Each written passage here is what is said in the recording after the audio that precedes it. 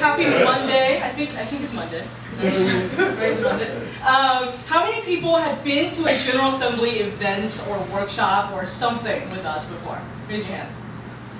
Awesome. My name is Annie Lin. I'm the Regional Director here at General Assembly in Chicago. For those of you who are not too familiar with GA and what we do, we are a global network of campuses. We offer everything from community events like this one that are open and free to the public to intro workshops, things like intro to product management, intro to front-end web development, to part-time and also full-time courses on topics ranging from web development to UX design, digital marketing, analytics, everything in the tech design and business intersection and space. We probably have some kind of educational offering in it.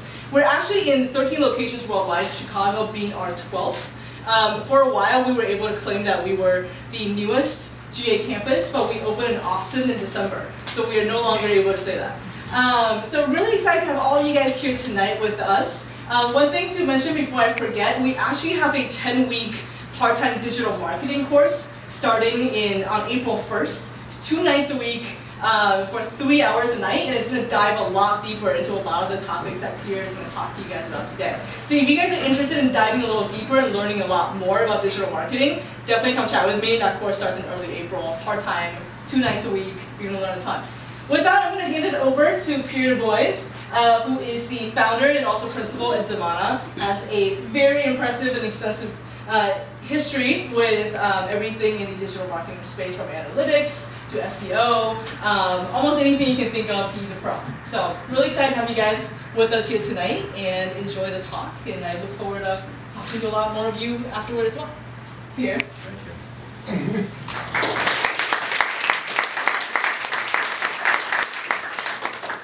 Good evening, and thank you for talking with me for a couple of minutes as I rambled past as we were starting to get started. My name is Pierre Du Bois. I'm the founder of Zimana, and I'm a web analytics strategist. And when I say that, a lot of times I get a lot of head scratches and going, okay, web analytics, what's that about? Why, what is it that you do? What I do is I help businesses, particularly small businesses and medium-sized businesses, kind of get a handle of how to measure their marketing and try to translate that into some sort of strategic objective. And I know that many of you, I talked to some of you earlier, and there's a lot of people here from a wide cross-section. I'm still amazed by Nielsen. I just want to say that. I am really still amazed, but I am happy you're here. So, but we have a lot of people here. Some people are small business owners. Small business owners, raise your hand, please. There you go, okay. And then we have some people who are actually students. A few students, please raise your hand. Okay, great students representing. And marketers, who are marketers within your business or within your firm?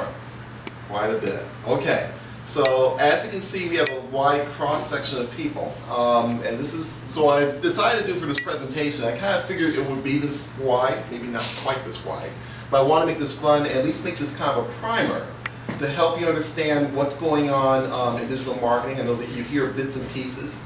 What I'm hoping this presentation will do for you, leaving out of here, is kind of give you some idea of how to tie those pieces together in a nice, not quite a perfect bow, but at least close to a perfect bow. At least you feel like you have a perfect bow, or at least have a fighting chance for a perfect bow. So without further ado, so let's get into it.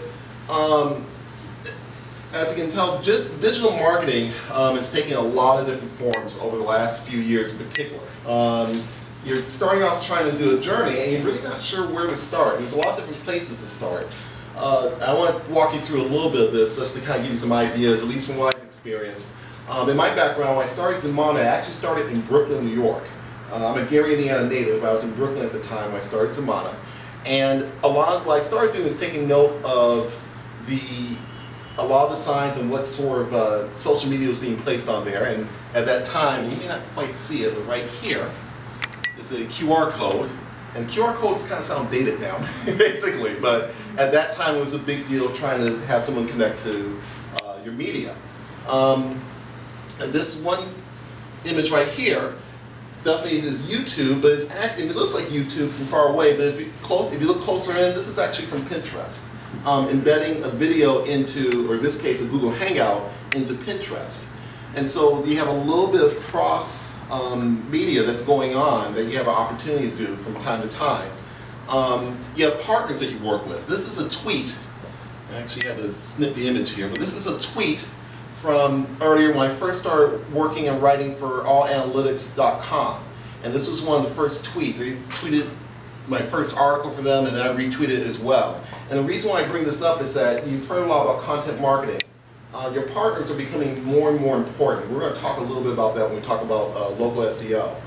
And then I spent some time in DC last year. I was on contract with AARP, and you've seen this around Chicago, the food trucks. And again, they're using social media to help tell their customers where they're going. So a lot of people are getting online. In fact, 3 billion according to the UN International Telecommunications Union.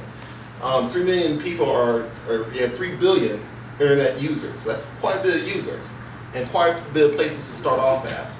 So the way that I kind of wanted to put this together was I tried to think about a really good television show to tie into. I don't know how many of you like Battlestar Galactica. I'm a big Battlestar Galactica fan. I won't geek out, I promise.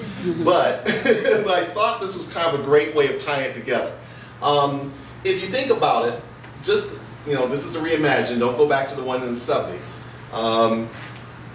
It was they started their day on the, this is from the miniseries, that the starship Battlestar Galactica was supposed to be converted into a museum. It was going to be retired, decommissioned.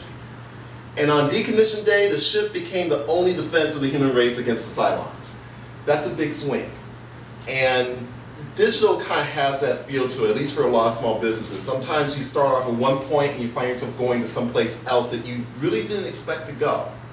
So for 2014, and can everyone hear me in the back? Am I speaking up okay? Okay, all right. Keep me honest. If you can't, go like this and you hear me getting too soft. But for 2014, we're starting off with some things that we expected to happen. First of all, we're seeing people increasing their time on smartphones and tablets, and that's kind of the general trend that's going on. On top of that figure where I mentioned about 3 billion internet users, eMarketer reported that there's reportedly 1 billion users who are accessing online through a tablet. So we have more and more people who are using tablets and smartphones, and we see these all the time. We see everyone walking around with a smartphone all the time. And we see people using it for different things in the real world. This image you see over here on the left is actually taken from the Chicago Auto Show from 2013. And this is where people were tweeting, talking about the Audi vehicles, and deciding and saying, hey, I think this car is cool, I think this is not cool, but basically as a way to engage. We're also not only researching products and services online, we're seeing offline drivers. This image here is basically from DC, where you can pay to park, and I think Chicago's either getting this or have getting it, I'm not 100% sure, and correct me if I'm wrong. But the point is that we're getting these little signs to say, hey, if you want to pay to park, you can do this for your mobile phone, convenient. And people are beginning to shop online. How many of you have ever heard of the term showrooming before? A few? Okay, all right. Let me backtrack a little bit and explain this. Showrooming is a trend where if you're a retailer, your customer comes in, they see your new camera, they may see your new headphones, they may see your glasses if you're a glass shop, and then they whip out their smartphone and take a look and they do a comparison shopping online. This was a trend that was going on and had a lot of retailers afraid through 2014, quite a bit. Best Buy probably the most afraid. There was a real big concern that their stock value would drop because people were going online and they were comparison shopping to Amazon. And we'll get a little bit more of that in a moment, but that's basically what showrooming is the idea that you are doing a comparison shop. And this trend here from eMarketer talks about how smartphone users in the US, they're shopping in store. And this is broken down, this is kind of a little hard to see, but Generation Y is the largest group at 97%, Generation X 91%. But even if you get to the older baby boomers, that's still 69%, that's still quite a bit. And then another trend is the adoption of video platforms. How many of you know that YouTube is the second largest search engine? How many have heard that before? Okay, okay. Well, on top of that, YouTube is now, and you're seeing this with Vimeo, but YouTube is really getting a lot more attention. there are more and more companies that are turning to YouTube to leverage this. This just got announced today. This is the NFL announcing a partnership on YouTube for broadcasting. You're seeing more and more people ranging from small businesses who are trying to have instructional videos to young pioneers artists. Isa Rae is somebody you may want to look up. She came up with a program called The Misadventures of Awkward Black Girl. Became hugely popular through YouTube. She's now producing a television series for ABC. So there's a lot of interest in it as well. Billboard has also picked up YouTube. The number of plays from YouTube are counting into this chart as well too. So here, and I kind of want to note this a little bit. This is from the Black Lives Matter, and then this is also something that came up as well too. A social issue that came up in Florida where a lot of the clergy are upset because they're finding out that some of the police and some of the locations are using figures of black males on their shooting targets. And so they came up with a hashtag, use me too, use me as well. I may be not quoting that correctly, but the point of this is that a lot of these social issues that we're hearing about are things that you have to kind of pay attention to as gotchas. I'm going to give you an example in the presentation as well, because these things do crop up as well and can challenge you if you're not careful. And then I make one more surprise too, is the rise of what I call shadow communication. These are the apps like a Snapchat, and there's also a topic called dark social, where people are having conversations that may not be captured on your analytics to some degree. The significance of this is that it just tells you that there are some conversations going on, and sometimes you need to be aware of when you're selecting a platform. So these are the gotchas that have happened so far. So again, sequence, get Battlestar Galactica, and thank you for being patient with this theme. I appreciate it. So you may feel like these two people. How many of you have seen the show before? How many have seen? Very few. Okay. Okay. So all right. So let me backtrack a little bit. So as I mentioned before, you had a battleship. This is set in the future. Battlestar Galactica is like the last battleship. Think of it as an aircraft carrier in space, meant to defend the last remaining human beings after the Cylons, who are robots, come back and attack the humans. And then these two people, these two main characters are basically leaders. This is Commander Adama, and this is President Roslin. And the interesting thing about this is that in the storyline, Adama's getting ready to retire. Roslin, I think, I can't remember what the number was. She was like the 23rd in line to the presidency, and they find out the whole president and the cabinet gets taken out. Basically, these two people have to rise up to the challenge. And you may be feeling that in your departments in terms of marketing. And in the process, throughout the show, they argued a lot, which is probably what you may be doing with your team. So, but the point is that they still figured out how to come up with ways to get along and figure out how to get the humans from the colonies where they were to where Earth was supposed to be. And so, so where do we begin to plan? Where do we start, basically? So we start with what we know, rather than worry what we don't know. And we try to figure out how we can connect our data and metrics to the objectives that you're trying to do within your organization. So basically what I'm saying here is that there's a lot of different ways to be online, but the idea is think about what message you're trying to do with your campaign and how to tie that together. And so what we're going to do for the next slides is kind of walk through bits and pieces of how you can manage that message effectively.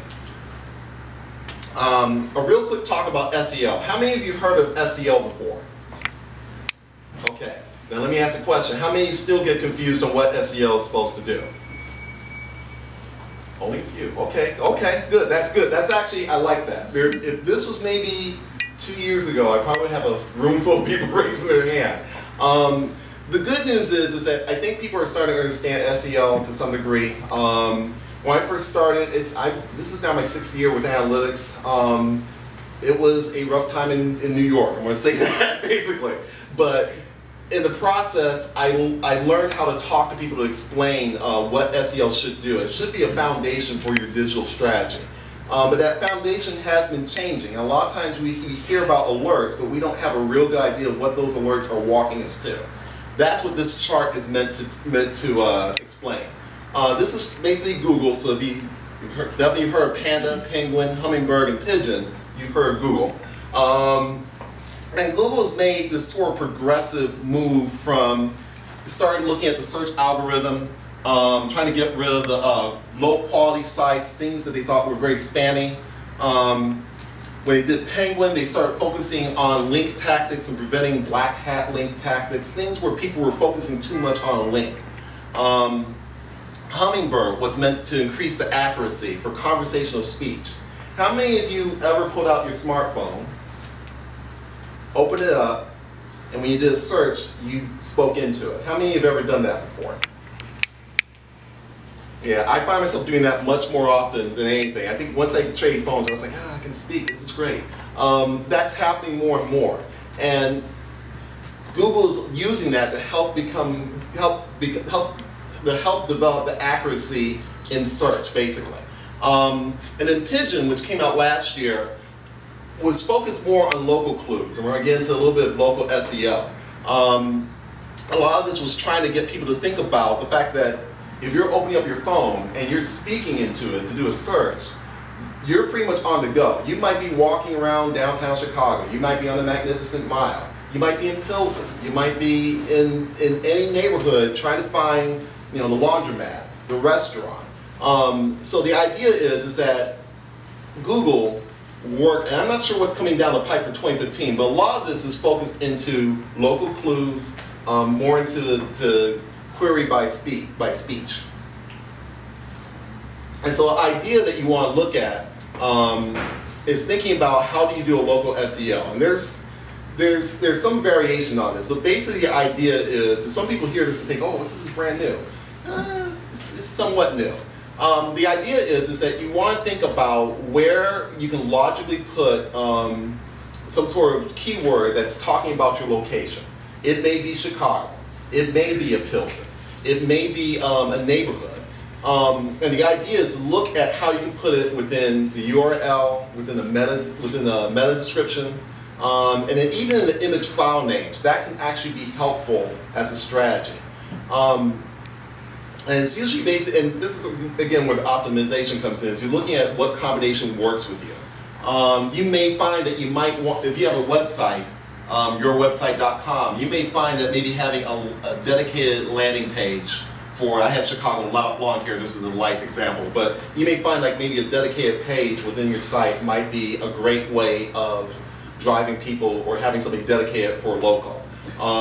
If you know your business is only dedicated to Chicago, you may be Chicago's finest pizza, you know you're not going to go to Indianapolis, you may want to have that within the main URL. It just depends upon where you are within your business and what strategy you're looking at. And then one of the things you can think about, one of the things I've done, I didn't get a chance to bring a file, I have a file with me I could probably show after this presentation, is you can take like maybe an Excel sheet and put together a character count. One of the things I do is that right here, this is a description, this type of description can show up within a social media post. And the idea is that a character count could be somewhere around 150, 160 characters. Well, if you're trying to figure out a great description, that can be a little bit of distraction. So one of the things I've done with small businesses, I've taken an Excel sheet and done it, just do a quick character count and then have it linked to one cell and then use a little alert to help me keep within that character range. So that way I'm focusing on some sort of combination that would work for that description. Another idea you want to keep in mind are Pinterest boards. One of the things that are coming up more frequently is that Pinterest has some SEO value. There is a switch within the Pinterest account that allows your Pinterest boards to be searched through the search engines. So you can have a Pinterest board showing pictures around your business, around your organization, and have a board that might be labeled for Chicago Lawn Care or Chicago Pizza or for Chicago shoe repair. So that's a great idea. And then finally, you want to think about review sites. Google, like I mentioned before, Google looks at local clues. Yelp and Google Review are great additions for this as well. Those things do play into it. So trying to develop a strong presence is going to be important for that as well. At least have some access. And then one point I want to raise too is that even with all of this, don't always assume that everybody is on a smartphone. Not everybody is going to be on the Samsung Note 4. Some people may be on a flip phone. This is actually, I wish my sister was here because I would tease her. This is my sister's phone. At that time when I was taking this picture, I wanted to take it because there are some people that, maybe an SMS might be a simple alert might be okay for them. Not everybody has made the migration over to a smartphone as of yet. But you may want to ask customers what is it that they're using, what is it that they prefer. If you're a small business, I would ask. If you're a larger enterprise, chances are you might be on a smartphone. But it's always good to kind of see where people are coming up, what they're using, and kind of thinking about what your strategy should be. Okay. All right, talked a little bit about mobile. Let's talk a little bit about paid media, ads, basically. This has changed around a lot from what the original intent was in some ways. Way back, stepping way back to the good old days of 2010. At that time, most people were thinking organic search and then maybe some sort of paid search that would augment a position on a query. That has changed around quite a bit. Where we are now is having some options where those type of ads can show on YouTube, or they can show in remarketing as well, which means that it's not so much just in terms of that search, it's in terms of trying to drive people back. And we'll explain remarketing in just a moment.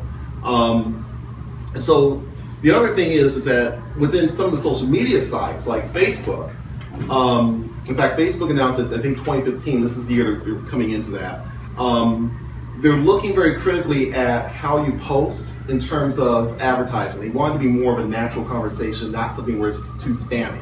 So the idea is that, and we're going to see how this plays out over the years, that if you're just posting and relying on people just to share without making some sort of Facebook ad or some sort of marketing on top of it, you may be missing out on opportunities, maybe missing out on reach.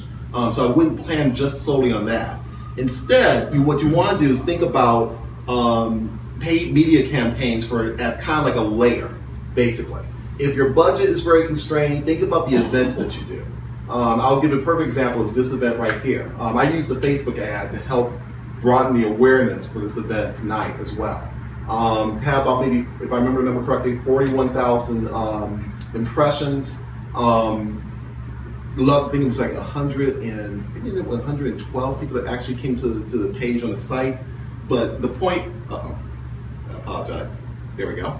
The point is that I use that to help increase the reach and help get that message out there, and use it as a layer.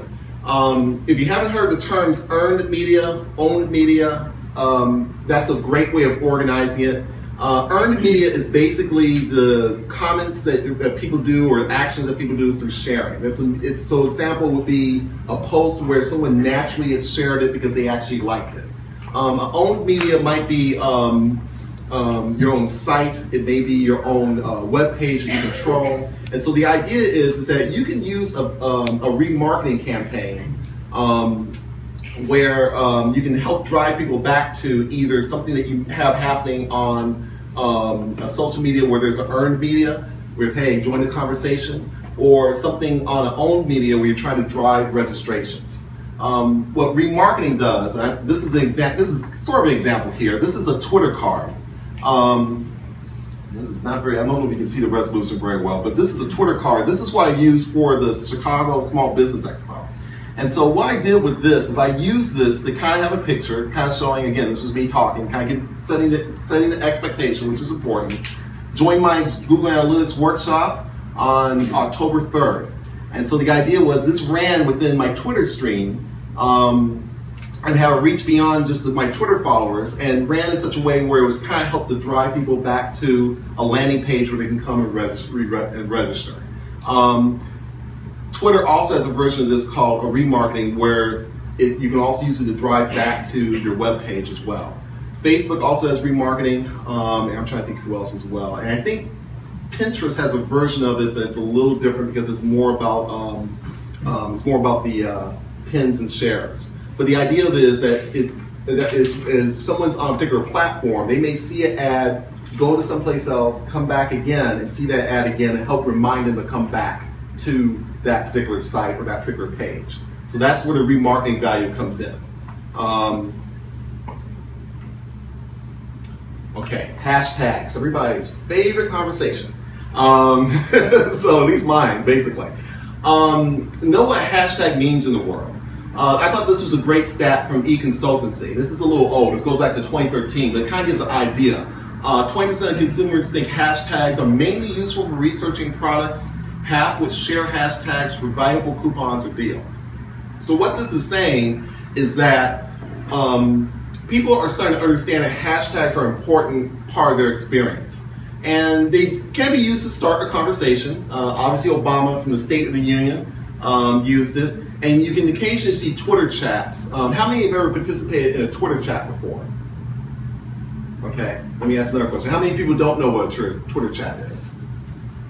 Okay, all right. So a Twitter chat is basically a conversation based around a hashtag. What happens is that people come to a hashtag at a particular time. Think of it as a town hall on Twitter. And it could be about a particular topic. Melinda Emerson, she was one of my early clients. She's called the Small Biz Lady. She was one of the pioneers in this, so she's excellent. She's a great one to follow. She would have a Twitter chat set up at 8 o'clock and have people come in, and basically they have a set of questions. They would tweet each question, a question and an answer, and people would respond and join in. And it was a way of kind of gathering the small business community around it. She was very, very excellent with it. And you'll see Twitter chats from a lot of different companies. If you are a corporation and you want to do a Twitter chat on travel, and your company is very big on travel, basically, you can do a Twitter chat around it and talk about some of the travel, how to travel better, how to plan a vacation better. So that's the great part about hashtags. Now, hashtags can be misused. I mentioned a little bit about the Black Lives Matter, and there was an incident that happened last year that I thought was very interesting. This is DiGiorno's Pizza. They misread a hashtag Why I Stay. Has anyone ever heard of this one before? How many have heard of it before? Okay. This hashtag was associated with the, it came about from the Ray Rice incident from last year. A number of wives, there was a lot of controversy about, why didn't his wife come out and talk earlier? And so a lot of women who have gone through abusive relationships started commenting on Twitter, and they used this hashtag, Why I Stay, to talk about, why did they stay with the person that they had the issue with. Now, what DiGiorno Pizza did, basically, I put it on here, this was the comment. They accidentally went on this hashtag. They didn't read it, not at all. They did apologize immediately. It came back to them, and they did apologize very quickly. In fact, the way they did it was very classy. They actually apologized directly to people. But it was interesting because they didn't pay attention to what that hashtag was for. Another one, this one's a little bit of a different one, a little lighter. Of course, everyone heard about the Pats and about the deflated balls and Brady, all right. So basically, the hashtag for FlexBall, which is basically a Gillette product. It's basically a part of the Gillette razor system. And Gillette is one of the major sponsors behind the Pats. The hashtag came up behind Belichick when he was talking about the deflated balls. So even though this wasn't on Twitter, it was the idea that you have a flash, you got images of him talking about this with FlexBall behind it. So not a fun day for him. So some best practices from hashtags. The biggest one, and I think you probably took this from the pizza, don't jump in blind. Consider if your product and its usage is a fit for the conversation. you have to kind of have an idea of what the conversation is that's going on. In fact, you really have two choices. Either if you're jumping on it, you might be able to jump into the conversation around a hashtag, or if you're trying to do a Twitter chat, you might want to initiate that conversation. This is a good example. This is actually animals care, and this hashtag is used for basically for the care of animals. And this is actually an apprenticeship from one of the organizations. They're asking about if people want to help learn how to care for animals better within a shelter or within a organization. So that's a great usage of it. And to monitor, you would want to use something like a Hootsuite or TweetDeck. This picture, and I'm very proud of this, by the way. I'm going to tell you a little story. This was a few years ago. New York had a, in fact, the East Coast had a, I wouldn't quite call it an earthquake, but it was definitely a tremor. And my apartment shook. I grabbed my laptop. I was out of that bad boy as fast as I could. But, and this was, so this image is from Channel 4, New York, and I can't remember the gentleman's name, but they're using TweetDeck to get the comments from everybody who talk about things that happen around New York, using a hashtag for the newscast for that, so that way they can kind of see what the conversation is. You can do the same sort of thing. It's a great, using Hootsuite or TweetDeck is a great source for looking at it within a column and kind of seeing how people are responding to it. Another one I'm going to give you, and I didn't get a chance to put this on here, there's a site called TagDef, TagDef.com. This is a Wikipedia of definitions. So if you see something like Throwback Thursday, TBT, you're not sure what that means, go to that site, type it up, and you'll see a definition for it and how people are using it. So again, it's called tagdef.com. And then all of this, if you do have an error or something happens, try to respond fast or at least thoughtfully. A little trouble will remain little if you just keep it being thoughtful. Oreo is pretty good at it, and sometimes you get into a little bit of trouble from time to time too. This was, and how many of you remember what Oreo did from the Super Bowl a few years ago with the lights out? Okay, they have done very well with not only Twitter. They've done a very good story with Vine as well too. But sometimes they can get in trouble too. I caught this about, I can't remember when they mentioned it. Basically, Oreo was saying, ever bring your own Oreo cookies to the movie theater, and AMC theaters caught this and said, "Not cool cookie." So, so you can have, it's okay to have a little bit of controversy over something that's light. A cookie is a light thing, okay? It's not as heavy as domestic abuse or deflated balls before a Super Bowl, but but it is a light thing. Learn from the brands that you see out there and take a look at how they respond. How many hits or how many visits I should get to my site? Yeah, that's a part of it because that's part of the data, but you want to get a little deeper than that. I know your managers will want to get deeper than that. Nielsen, right? Am I right? Yeah. Okay. Okay. So, so the idea is that one of the things you can think about is when you're setting up analytics is thinking about, again, we talk about all these different ways that people can access online. There are some things like cross-device tracking that you can set up within analytics. Google Analytics has that as well. I mentioned about remarketing, and when you do a remarketing campaign, AdWords has it, and again, I mentioned about Pinterest, Twitter ads, and Facebook ads. Usually there's a script that you have to add to the website that you're trying to do the remarketing for. So that's something you want to set up for as well when you're setting up the analytics as well. And then each one of these, this is Web Trends, this is Adobe, and this is Google Analytics basically. Each one has some sort of flow reporting that lets you see how people are coming into a website and where they're navigating to. Sometimes those things can help you get a feel for, once they're on site, what is it that they're doing. That's probably the biggest thing that I always try to stress to, even for small business clients. Because again, I get people that sometimes say, hey, I got this many hits, and I'm saying, hey, that's nice, but it's not going to tell you anything. So you want to think about, again, you want to imagine where people are going on a website, and imagine where your sources are, and then think about it in terms of how you want to set your reporting. And then one more tip I would say too is that if you have the CRM available, that's helpful as well too. Particularly if you're a small business and you know that you have customers who are probably following you on Twitter religiously, Facebook religiously, and getting a feel for it, trying to connect with them if they're on other social media and figuring out if there's other ways you're engaging with them. So that's all, that can help you manage as well too. Okay. So another step you want to consider is your data relationships. A lot of times I get people to think about, well, I'm looking at a report, what should I be looking for? Every report is always about dimensions and metrics. And I'm going to apologize, that should be the word metrics, bad PR. Okay, so a lot of times you have to think about dimensions and metrics. If you're not sure how to imagine it, think of it as a scoreboard. When you go see the Bears, okay, I know they're not playing now, let's just say you see the Bears, you are interested in the score and who they're playing against. So the teams are your dimensions, your scores, your metrics. You want to think about in terms of, what are dimensions that would work that you're interested in. That's the key.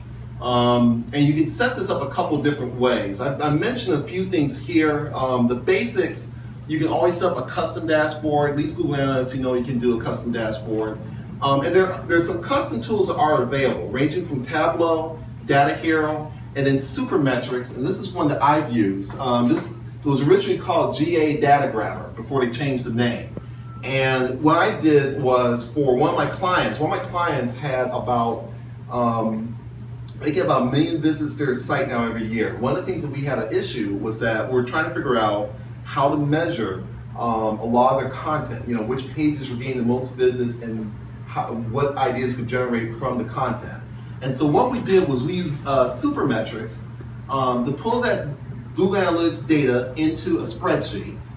Goes into Excel, pulls into Excel, and then what it does is that it highlights certain metrics, and it does it in a way where in some cases it can do it where it can do some combinations that the Google Analytics suite doesn't quite do off the bat. But it's a great way to get nuanced a little bit if you have a lot of data and you don't have a lot of time to go into it. And then there are more advanced types of analysis that you can do, but cohort analysis is probably the biggest thing that you're going to see now in 2015. I think, I'm still trying to check into this though, but there's supposed to be reports coming from Google Analytics that's a little bit more dedicated for cohort. Cohort analysis is trying to figure out a behavior or identify a group of people around a certain set of behaviors. In the past, this relied on using custom variables within analytics, but I think now people are starting to get a little smarter and figure out how to come up with reporting that makes some sense. And Data Hero will let you also do a cohort as well too. And then I mentioned one more advanced in here, but this is also down the line and probably more too advanced for most small businesses, but more for enterprise. Predictive analytics with R programming. How many of you ever heard of R before?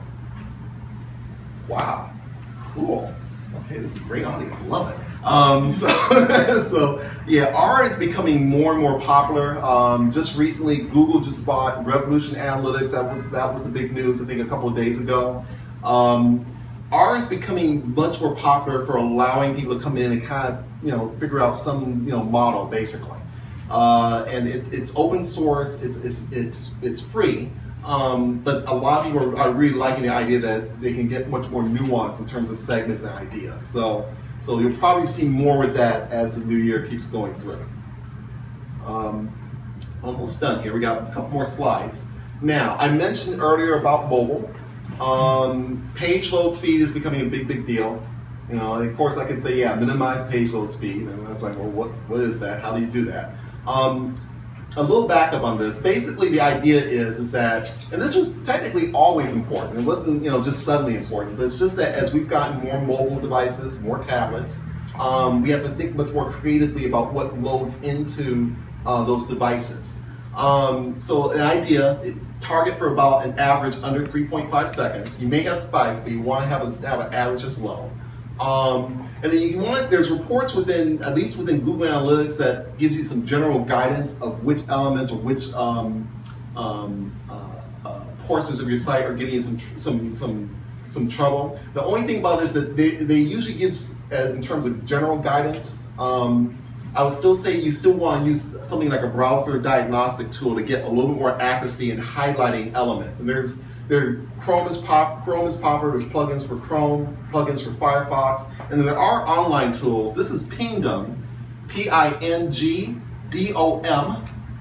This one, and then there's another one called Yota, or Yota, Yottaa. These are online tools that you can run a website in, and you get this sort of waterfall graph for each element that's supposed to represent each element that's loading on a page. So you would get, so one line, let's say, would be a JavaScript call. Another line would be an image. So you get this, and it kind of gives you an idea of where, when a page is loading, what image or what piece of that element might be taking so long and driving up your average. So it's a very useful tool. Now, I know that a lot of people in here, some people are small businesses and not going to necessarily sit down with Chrome and do the web developer part. Some people just don't want to touch HTML, let alone anything else. If you're in that group, you don't have to raise your hand. That's a good part. The easiest thing I can tell you is what you want to do is at least use these tools to help highlight and try to have changes done as a group, not one by one. First of all, your web developer will go nuts. That's why I don't have any hair. I pulled my hair out long ago. But the other issue is that it gives you want to be able to group these together to give yourself some time to actually pull everything together and see how things are working together. That's important. That's probably the easiest thing you can do. And then actually, that's the second easiest thing you can do. The first easiest thing you can do, and this last point, is you can track history of site changes. And you can do this a number of different ways. It could be a piece of paper with you know, on this date we made this change. Now, if you want the more tech way of doing it, the way that I do it is I've used Google Analytics, and this is a little hard to see, but a point here, you can double click in and then annotate and put a little note in underneath underneath one of the reports that says that you've made an update to your website on this particular date. The importance of this kind of serves two purposes. If you have a team of people, it lets them know that, yeah, there was something done on this date. It also gives you a little bit of history, so that way, and this one for me is, this is going back to 2013, but it gives me a little bit of history to go back and figure out, okay, what happened here? That helps you in terms of kind of taking some of the mystery out about what goes on when you're doing a diagnostic. About security, because that's also something that comes up quite a bit from time to time. Some of the simplest things I'm going to highlight in here that you can do. First of all, a lot of times, analytics in a silo is usually, I'm going to say usually harmless. A lot of the times, anything that you hear about in terms of a data breach, and there's something in terms of analytics, it's usually because there's a number of solutions that have been connected, and somebody did not quite understand how they were connected. This isn't really a big problem for small businesses, but maybe a larger problem for the larger enterprises. So one of the things you want to think about is understanding your solutions. How are they connecting to other applications? Making sure your team understands that, and then understanding how is data maintained. Is it something that's updated regularly, or are you keeping data somewhere beyond the usage point? Those sort of simple things can help make you think about security. Keep aware of how your customers interact with your tech, and how they draws them into offline activity. That just means, by keeping up and understanding how your customers are coming to your site or coming to your digital media, that helps you kind of help discern if there's a lot of, which channels should be natural and which ones probably maybe a little bit flaky. Another point I would bring up, and this is going to become more and more important, as more people do more remarketing, I think one of the things that will come up is the privacy policy. Because all the ones I mentioned about, from Twitter, AdWords, one of the things that they look for is where you have a privacy policy on the site, something that lets the person know that their data is protected, or that you're using a number of tools just for their convenience and not for acquiring personally identifiable information. And then another thing you can simply do is think about how you share things across social media, and make sure that your employees are aware of the private part of privacy policies as well. Just making sure that people are on the same message can make a difference. A lot of times we think of security as this one thing, this achievable point. If you think about Battlestar Galactica, that means Earth. But the reality is that it's a process that you have to think about, and you have to think about where those processes that there may be leaks or concerns. So like the refugees in Galactica, you must manage to get through all this digital marketing. I know it's quite a bit, but the key to this is think about how you want to travel to your Earth. What is the objective that you have for your marketing, for your campaign? That is your Earth. And then try to choose your sine qua non, without which not.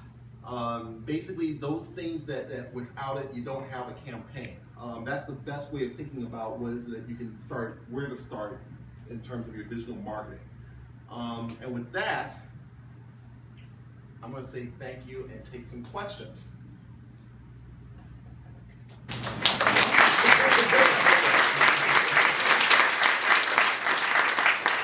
Okay, are there any questions? One. Thank you. Go ahead. You mentioned when you have a website tracking where users go and using like dashboards to analyze that. Can you do the same thing on a mobile app, and can you use the same tools like Google Analytics? You can. There is a Google Analytics kit that's designed for mobile apps as well. So yeah, the short answer is yes, there is. Yes. You mentioned remarketing a number of times. Could you give us an example of remarketing with Twitter? What do you pay for when you do this? What does it actually do? I'm not sure if I understood the concept. Okay, that's a great question. So the idea is when you do a Twitter ad, I'm going to go back. I'm going to get the Twitter card. And actually, and you bring up a good point. I probably need to explain this a little bit better. There's a Twitter card that you create that comes along with the tweet. This is kind of hard to see because of the screen, so I apologize a little bit, but I'm going to talk you through it. You have your tweet comment here, but in the card itself is an image, and then there's a description with the image. The objective with this is that if you think about Twitter, each tweet that you see is usually just this one short little stream. What this is designed to do is give you a larger footprint. That's really what most digital ads are supposed to do. If you go back to even with search, when you have paid search, you'd have a search query here, but then you have this whole, paid search over to the right, but it gave you a larger footprint for something that was related to your business. And that's kind of what this is about. So what happens with a remarketing campaign is that you will have and they also have this for paid tweets too, so it's a little different. But the idea with this is that you would set up like an ad. If you go up in Twitter on the settings, they have a Twitter ad, so you can set up a card, okay? You add an image, add a link, and everything else. And then these ads are supposed to run pretty much like outside your stream. Basically, in other words, outside of the followers that you have. So that way somebody can see this within Twitter and the general stream. And so the idea would be is that it's based on tweets, it's based on what that person's tweeting about. So if I'm tweeting about, like for this card, this was done for the Chicago Small Business Expo. So let's say that this gentleman here, what's his name, sir? Amir? Okay, so let's say Amir is, he happens to be on Twitter and he's tweeting, and he's starting a new small business, and he's using a hashtag that deals with marketing and maybe another hashtag that deals with small business. It's a small business for B2B. And so this card can show up on that stream, and he'll look at that and say, okay, I noticed that, but now I got to take care of something else. I'm a busy small business owner. But he may come back to Twitter and see that card again. So it reminds him to go and check out the landing page for Small Biz Expo. And that concept of reminding is what remarketing is. There's a version of this for Twitter.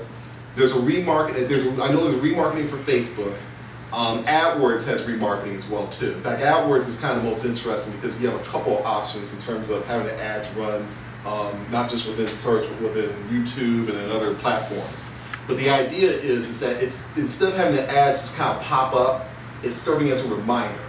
So it's helping to remind people to come back to it, because a lot of times people are on the go, they have a smartphone, and they need something to remind them sometimes to go back to something because they may not get to it that first step.